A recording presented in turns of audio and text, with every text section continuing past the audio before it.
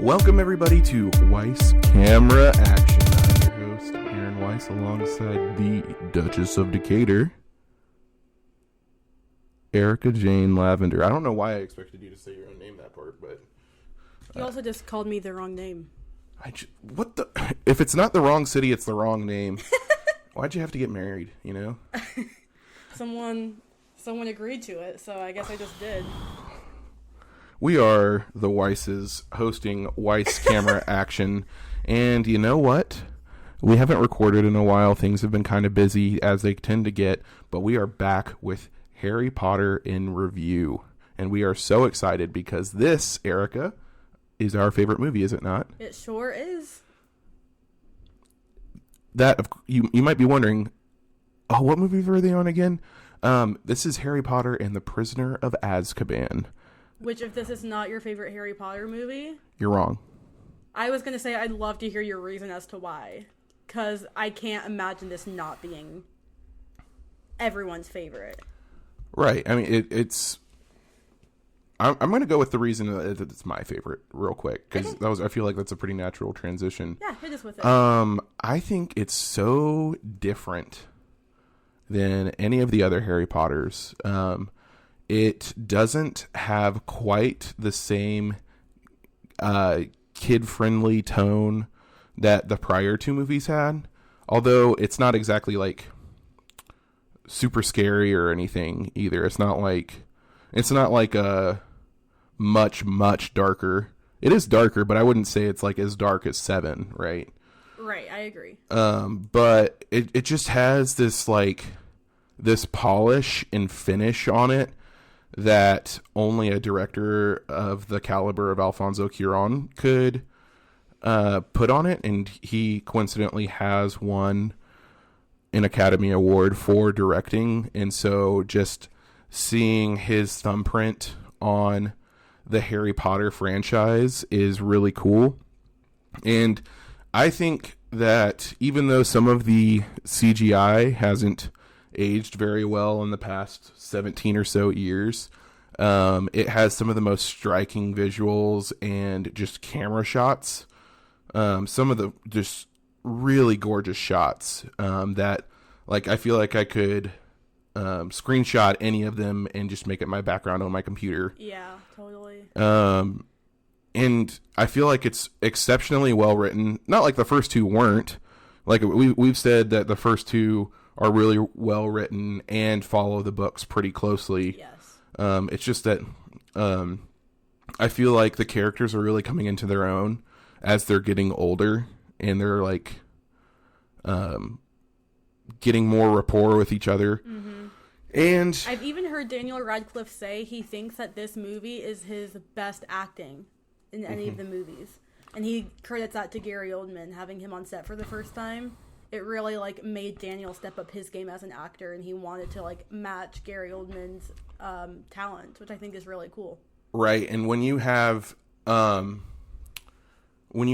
actor to the caliber of Gary Oldman, I mean, he's one of those people that make the people around him better. Yes. Also, I unfortunately they had to recast Dumbledore because the previous Dumbledore had passed away.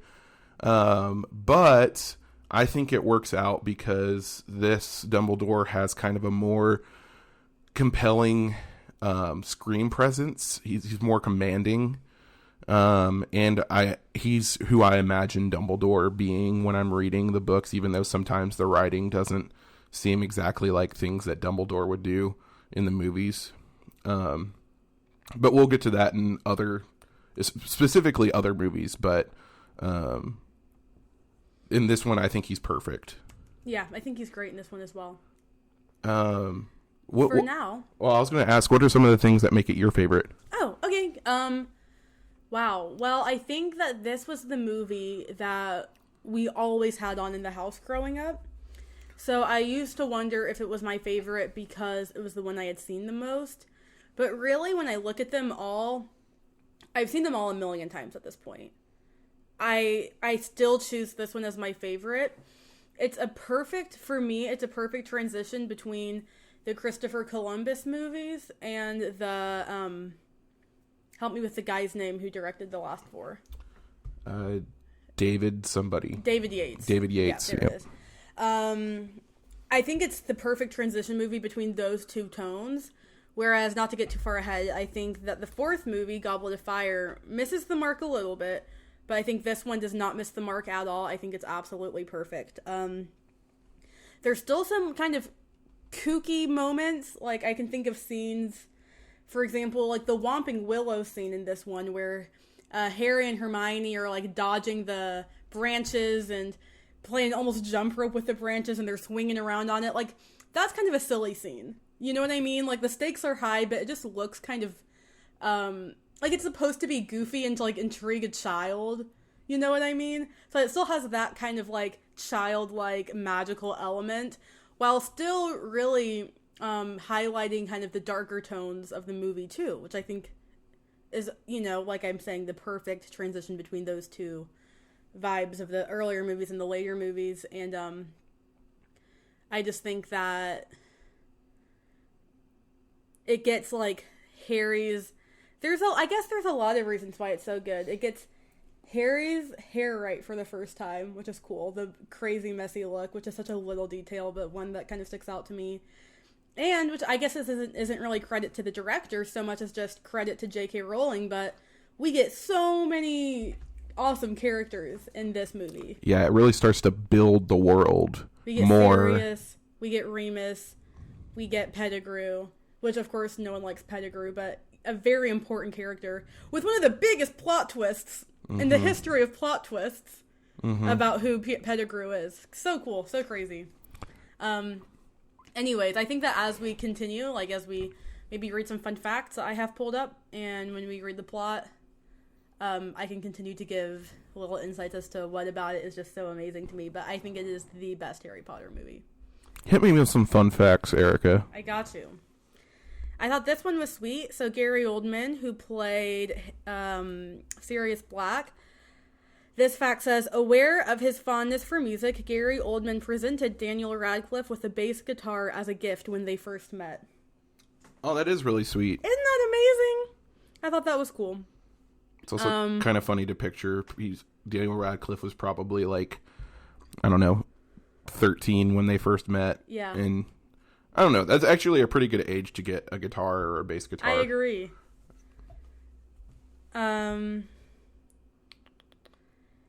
Oh, this one I thought was kind of cool. J.K. Rowling has said that Remus Lupin is one of her favorite characters, and if that she could meet any of her characters, she would likely choose him. I kind of agree with that. I think he's a great one. Remus is a top tier character in both the books and the movies.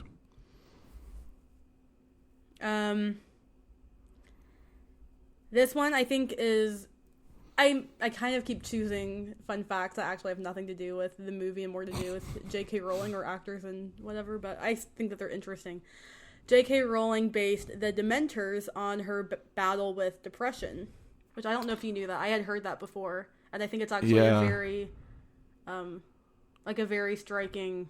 Well, the way she describes the effect of the Dementors sounds like a description of depression from someone who like has suffered from depression, you know. Like it sounds like I can definitely see where she's coming from.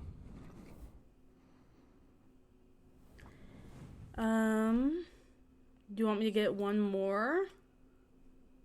I don't really have a fact, but I was thinking about something when you mentioned the Whomping Willow, and this is actually something that I've had an issue with for a while. The location of the Whomping Willow is pretty constant from Azkaban on. But it's very different from Chamber of Secrets to Azkaban. In Chamber of Secrets, it is not on any sort of incline or hill. It's kind of close-ish to the Forbidden Forest.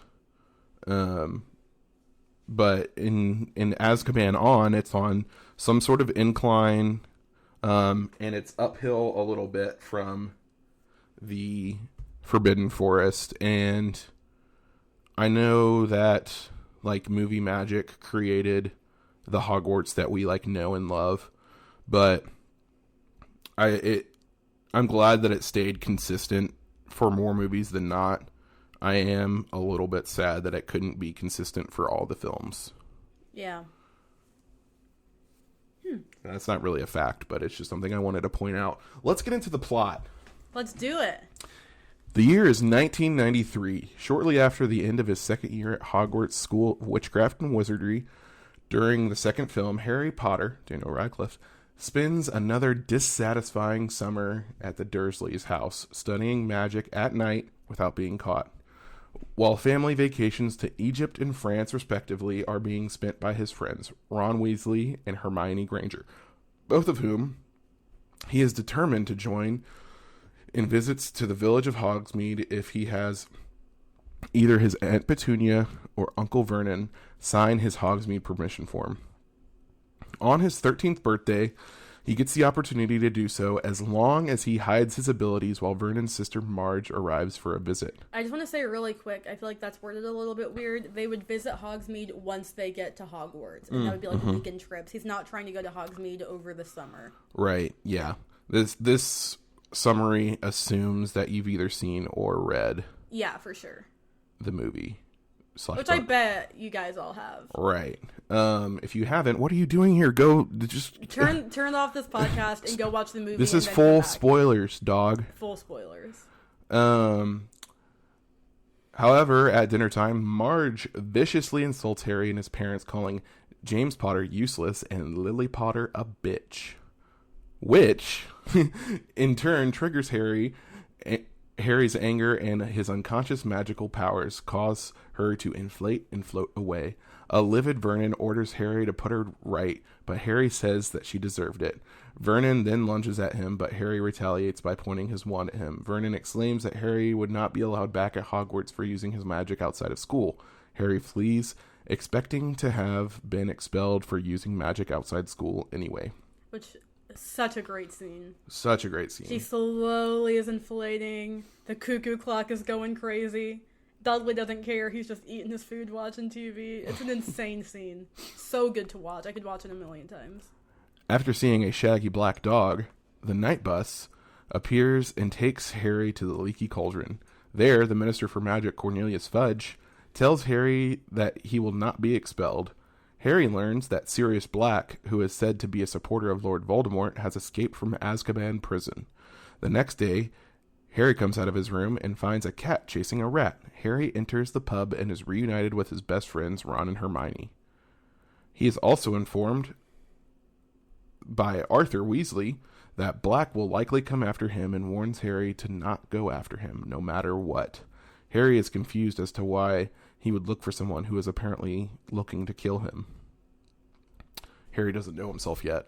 He sure doesn't. That's kind of his whole little running thing that he does. Well, he really, like, I mean, we're listening to Half-Blood Prince right now, and he just kind of realized who he is. Like, yeah, he just had this long chat with Dumbledore, and Dumbledore's like, "Don't you see? Like, you would not rest until you knew that this dark wizard was dead. This dark wizard was dead." And Harry's like, "Oh, I guess you're right." He just had this huge, stinky epiphany. Yeah. Even though we know all along who he is. Harry and his friends journey to the school on the Hogwarts Express, where they share a compartment with their new Defense Against the Dark Arts teacher, Remus Lupin, who is asleep when they enter. Abruptly, the Hogwarts Express is stopped halfway to Hogwarts to let aboard a Dementor sent by the Ministry in search of Black. The creature has a profound effect on Harry and causes him to faint, forcing Lupin to awake and repel it with the Patronus charm. At school, famed Hogwarts headmaster Albus Dumbledore informs the Hogwarts students that because Black has escaped, Dementors have been set up around the school as protection. The trio begin also a new class, Divination, taught by Sybil Trelawney. When they read their tea leaves, Trelawney tells Harry that he has a Grim. In addition to Lupin's appointment, Hagrid is announced as the Care for Magical Creatures teacher. Before we get too into this, the scene where Trelawney tells Harry that his tea leaves show a grim is such a crazy. I mean, she said, like, she freaks out and she's like, "My dear boy, you have the grim." And then there's this one random kid in the class that has never been in another Harry Potter movie a day in his life, who, like, his entire role in this movie is to give these scary one-liners. He's the token black kid. Yes, for sure. But it's just, like, who even is he supposed to be? He's not a character in the book. He's not a named character. He's just, like, some nameless kid in Harry's class in his year that just happens to be there that has a really creepy cadence of talking. He's an omen of death, is what the little boy says. Yeah. I don't think they could have given that line to anyone. They could have. They didn't have to announce or cast this kid to be a creepy and there's kid. already a black kid in here. I know, like give the line to Dean, gosh darn it. Yeah, why not? Why doesn't Dean have it? And it didn't have to be as creepy as they made it. Or there's other kids in Harry's year that are super into divination. Right. That, like, give it or like Parvati. I was gonna say give it to Parvati. Like either of them, I'm sure would have been delighted to deliver that line. And I think it arguably could have been creepier if it was delivered by a little girl, like Parvati or Lavender. You're probably right. Anyways, I always just thought that scene always sticks out to me, and my dad and I always die laughing when that little boy comes on the screen because we're like, "Who are you? And who told you to say these creepy things?" Oh my gosh. Anyway. Turns out he grows up to be even more famous than Harry Potter in the wizarding world. We just haven't read his stories yet. Oh my gosh. I hope J.K. Rowling never writes them. It won't be J.K. Rowling. It will be E.J. Weiss. Whoa. That'd be sick. Anyways, Hagrid announces the care for magical creatures teacher. That was fun to say. As lessons begin, Hermione frequently arrives at their various classes, seemingly apparently out of nowhere. Lupin's lessons prove enjoyable as he teaches useful spells and helps less confident students like Neville Longbottom. I'm gonna jump in again. This is another scene that makes this movie so good. The scene where they have their first Defense Against the Dark Arts class with Lupin. He plays some music from his record player. He gives them a really practical hands-on lesson that will, like, they get to have their wands out. It's not just reading, like, theory out of a book. And, it's a spell that they can all do, so it really boosts their confidence and teaches them something useful. And they're having a really fun time conquering fears, I think that's a really great scene that sets the tone of who Lupin is as a teacher and, makes the movie really fun to watch. Yeah, and it kind of for the first time in the series shows what like a really good teacher looks like. Yes. I mean, at this point you've seen McGonagall and Flitwick teach, and even have you seen what's her name, the Hufflepuff Professor Sprout. Yeah, we've seen her. You've seen all of them teach, and like they have like a very kind of old school way of teaching. And they're not saying that they're bad in any stretch of the imagination, but like Lupin is kind of like this fresh take on like what a good teacher looks like, and it's not just lecturing; it really is hands on.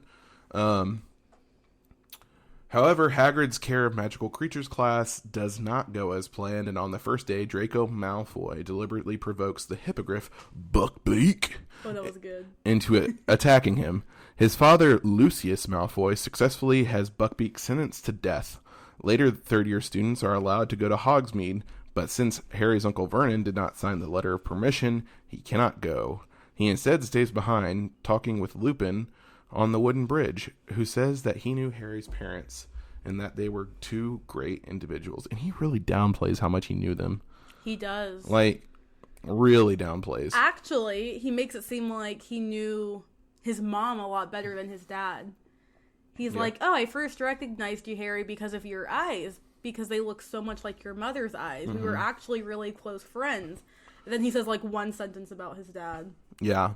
Which is interesting, because we come to find out that they like were best friends. Yeah, created the Marauders map, etc. No future spoilers though. Returning to Gryffindor Tower, I already said full spoilers. they find the fat lady's portrait empty, having been attacked. Dumbledore and the school caretaker Argus Filch find the fat lady in another portrait, completely scared. She says that Sirius Black has entered the castle and wanted to enter Gryffindor Tower. Dumbledore sends all the students to sleep in the Great Hall, in which Professor Snape says to Dumbledore that the appointment of a teacher may have been dangerous. Dumbledore denies this, though both think that Harry may be in danger. Later in Defense Against the Dark Arts class, Snape substitutes for Lupin, saying that he is incapable of teaching. He teaches them about werewolves and animagi. An animagus is a human who can turn into another animal and back into human form when they choose. They can turn only into one animal. So, this is cool to me that they set it up where the audience could be suspicious of Lupin at this point. Mm-hmm. Which I think is great. I mean, the last two Defense Against the Dark Arts teachers have actually been villains, you know? Mm-hmm. So I think, and so far Lupin has been set up to be, if he's a good guy, he's a really good guy. Mm-hmm. You know, like, friends of Harry's parents, so Harry can look up to him in that way. A really amazing teacher, has already helped Harry fight off Dementors and keep him safe. It's like, if this is a good guy with no ill intentions, he is a great guy. So the fact that they're setting up some doubt in the audience, like, oh wait, is he actually good? Does he have ties to Sirius Black? I think that's just, I mean, it really can freak you out as an audience member, I think, which is cool. During a Quidditch match, several Dementors approach Harry, causing him to fall off his broomstick. Dumbledore slows his descent. Harry wakes up to find that his broomstick flew into the Whomping Willow and got torn apart. Harry then decides to learn how to fight the Dementors. Lupin says he will teach him, but after the holidays, since he is not feeling well. Near Christmas, Harry attempts to sneak into Hogsmeade without permission, but is caught by Fred and George Weasley, who give him the Marauders map, so that they can enter the village through a secret passage. At Hogsmeade, Harry overhears that Sirius Black was his godfather and his parents' best friend. Black is said to have divulged the Potters' secret whereabouts to Voldemort, and murdered their mutual friend, Peter Pettigrew. An enraged Harry tells his friends that he is... They've left out he. Also, this is just a poorly worded sentence for a lot of reasons, if you continue reading. That he is looking forward to Black finding him so that he can kill him. Yep. That he can kill him. Playing the pronoun game. Yeah. Which makes it sound like Harry's like, alright, Sirius Black, just find me and kill me. That's literally what that sentence sounded like. The holidays pass. Lupin teaches Harry the spell to conjure a Patronus, a shield or a force that can repel a demon. A Patronus is the can repel a what? Dementor.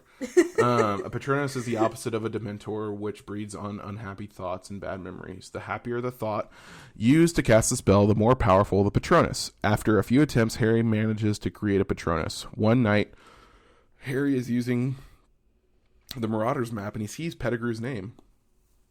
However, when following his name, he finds no one, but is caught by Snape. Lupin appears and sees the map, takes it from Snape, and then gets Harry away. In his classroom, he tells Harry that it was irresponsible of him to wander around with the map. Before leaving, Harry says that the map may not be working properly. He had seen Pettigrew's name on it, despite the fact he's supposed to be dead. Lupin says that it's not possible, and stays looking at the map quietly. Bum, bum, bum! In divination, after everyone is left, Professor Trelawney enters into a trance in Harry's presence and predicts that the Dark Lord's servant will return to his master that night. Harry, Ron, and Hermione visit Hagrid to console him over Buckbeak's impending execution. While there, Hagrid gives Ron his rat Scabbers, who had disappeared earlier in the year, and whom Ron had believed to be dead. While the trio is chasing Scabbers, a large black dog drags both Ron and the rat into the hole base at the base of the Whomping Willow. Harry and Hermione follow, finding a tunnel to the Shrieking Shack. The dog is revealed to be Sirius Black, who is an animagus. Bum, bum, bum! Ooh, and that's so good, because the whole time we know that the shaggy black dog is called the Grim, a symbol of death. We believe that Sirius is a murderer. Mm-hmm. So the fact that Sirius is the shaggy black dog, yo! Insane. Insane.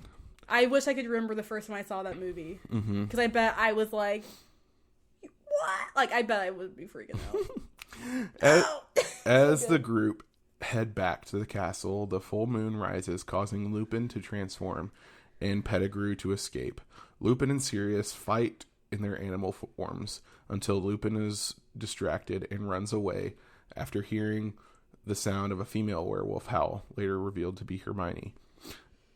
Did I skip something? I was about to say. Oh, I did skip something. Sorry.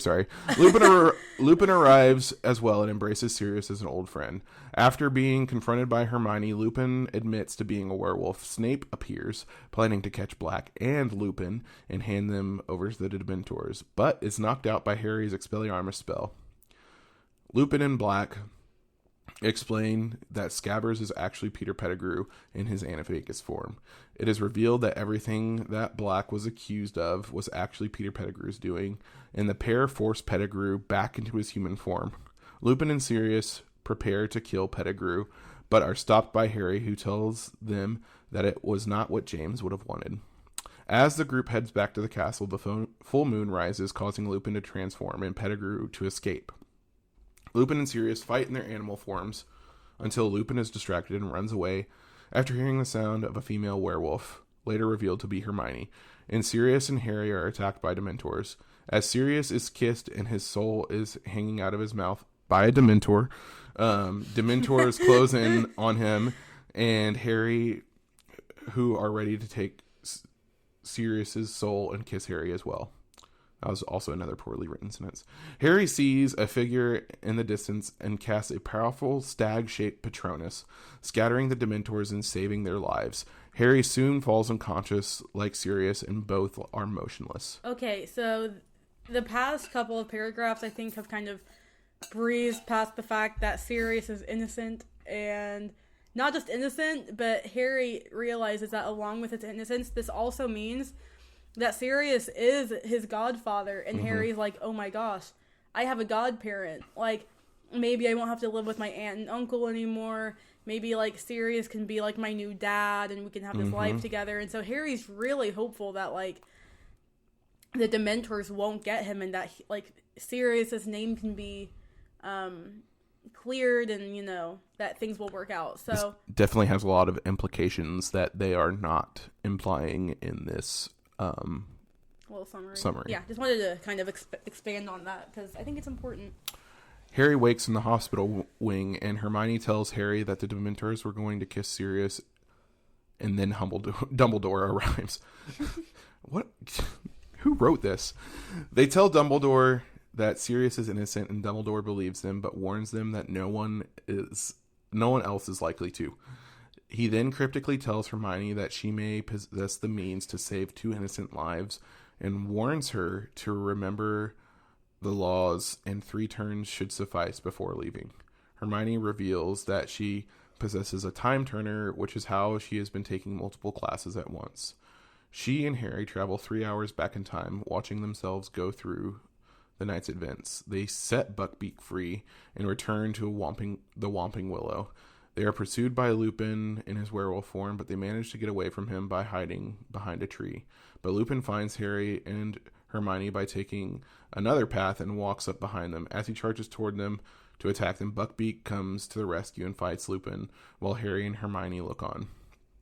It suddenly becomes windy and cold, and they see that the Dementors are flying above their head. They rush over to the lake as the Dementors are about to attack the other Harry and Sirius. Harry realizes that the person he actually saw was himself, not his deceased father, and casts the Patronus himself.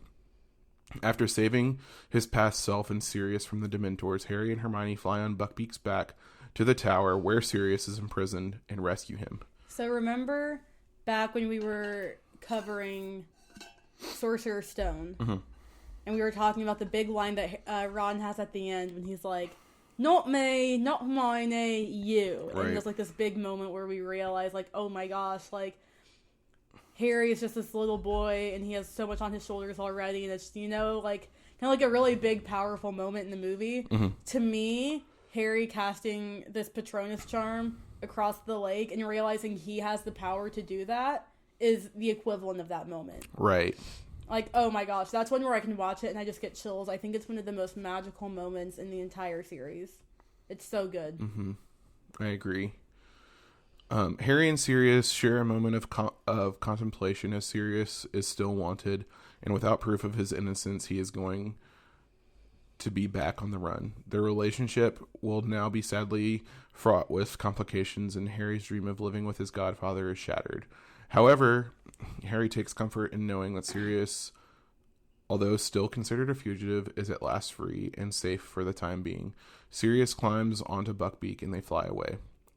Harry and Hermione make it back to the hospital wing just as Dumbledore leaves. From Dumbledore's point of view, mere seconds after he'd last seen them, telling them they'd succeeded. Dumbledore feigns ignorance and wishes the two a good night. The two walk in just as their past selves go back in time, leaving Ron utterly confused as to what just happened. At the end of the year, Lupin resigns, knowing that people will not want a werewolf to teach their children. Later, Sirius sends Harry a firebolt in an extremely fast racing broom.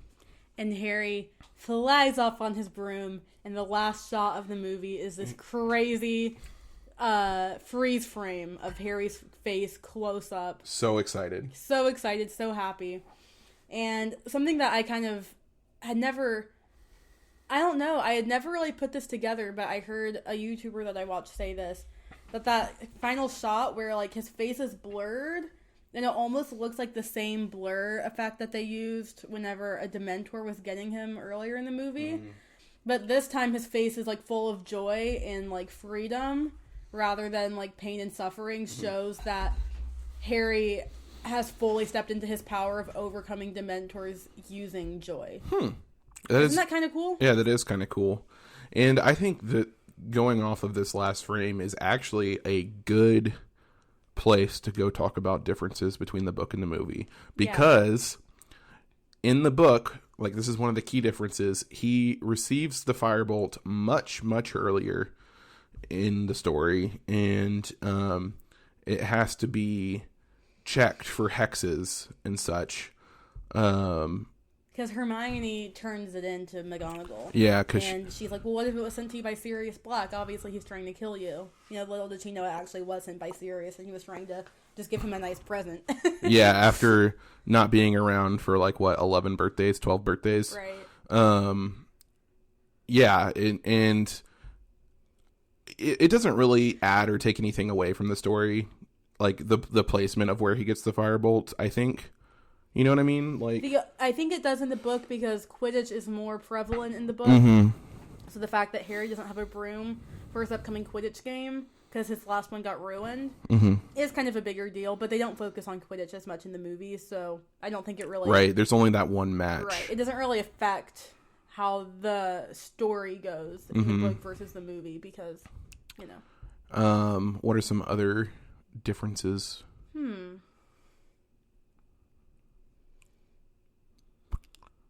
This is another pretty faithful adaptation. It really is. It's hard for me to think of a lot of differences. That's the biggest one that I could think of. And of course, if... Oh, I just thought of another thing.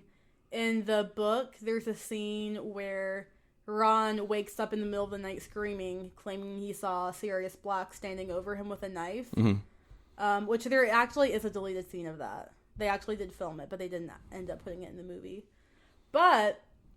that was always like a really scary part to me. I remember reading it and being like, oh my gosh, Sirius was standing over Ron with a knife. But it's because he was trying to get the rat. And, I thought of another difference. And this is my favorite difference, actually, because I think this is something that really adds to the book. So, Snape hates Sirius, hates Lupin. Partially because he thinks that they are, one's a murderer and the other one is working with a murderer, but also because they had beef back when they were schoolboys or whatever. Anyway, so he hates them. He's so excited to see One of them get fired. One of them get the Dementor's kiss. And then they get set free. And in the book, Snape comes storming back into the hospital wing. The hospital wing. Like, Sirius Black is gone. He somehow escaped. And I know Harry had something to do with it. And Harry, who obviously had everything to do with it, but Snape doesn't know he has a time turner, got to just, like, sit in his hospital bed like, what are you talking about? I've been lying in the bed this entire time. Like, how could I have had it? Anyways, I always really like that. That is pretty good. But they don't really have Snape freaking out like that in the movie. I kind of wish they did. Me too. Because Alan Rickman's performance as Snape is so good. Yeah.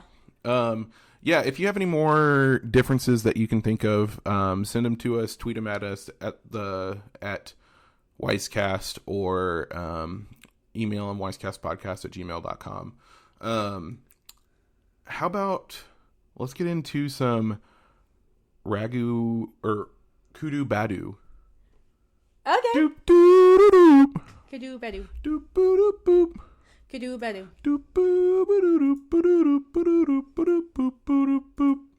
What's up, everyone? Welcome back to Kudu Badu. It's the podcast within a podcast where cool dudes talk bad dudes. Aaron and I are the cool dudes as always. And today our bad dudes are Peter Pettigrew. For sure. This is one that Voldemort has like zero presence in. Which is another reason why I love it so much. Yeah. It's like so different. And it's not like I don't like Voldemort. Obviously, I think Voldemort's one of the greatest villains of all time. But that's just something that's so starkly different. Yes. I'm going to put Peter Pettigrew as maybe the only, and of course, Malfoy.